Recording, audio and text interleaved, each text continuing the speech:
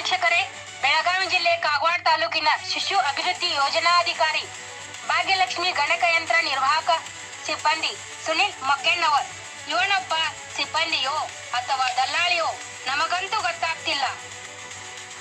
ಸಿಬ್ಬಂದಿಯು ಕರ್ತವ್ಯದಲ್ಲಿರುವಾಗ ID card ಧರಿಸಬೇಕೆಂತ CCA rules ಬಗ್ಗೆ, ತನ್ನ ಕರ್ತವ್ಯದ ಬಗ್ಗೆ ಜವಾಬ್ದಾರಿ ಇಲ್ವಾ? ಶಿಶುವಿಗೆ ಹಾಲುಣಿಸುವ ಕೊಠಡಿಯಲ್ಲಿ ಸಿಬ್ಬಂದಿ ನಿದ್ರೆ ಮಾಡುತ್ತಾ ಮಲಗಿದರೆ ಇಂತಹ ಭ್ರಷ್ಟ ಬೇಜವಾಬ್ದಾರಿ ಸಿಬ್ಬಂದಿಯಿಂದ ಸಾರ್ವಜನಿಕರು ಏನು ನಿರೀಕ್ಷೆ ಮಾಡಲು ಸಾಧ್ಯ? ಸಾರ್ವಜನಿಕರು ತೆರಿಗೆ ಹಣದಲ್ಲಿ ಸಂಬಳ ಪಡೆದು ಮಜಾ ಮಾಡಲು ಬರ್ತಾರಾ? ಹಾಗಿದ್ರೆ ರಾಜೀನಾಮೆ ಕೊಟ್ಟು ಮನೆಯಲ್ಲಿ ಆರಾಮಾಗಿ ಮಲಗಬಹುದಲ್ವಾ? ನಾಚಿಕೆ ಆಗಬೇಕು.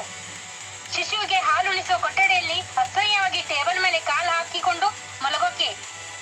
ಇದನ್ನು ಅವರ ಮಾವನ ಮನೆಯಲ್ಲ. ಈ ವಿಚಾರವನ್ನು ನಮ್ಮ ಸುವರ್ಣ ಟಿವಿ ಕಡೆಯಿಂದ ಖಂಡಿಸುತ್ತೇವೆ.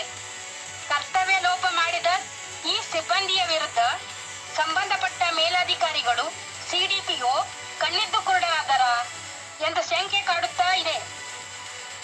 ಸೂಕ್ತ ಕ್ರಮ ತೆಗೆದುಕೊಳ್ಳಬೇಕೆಂದು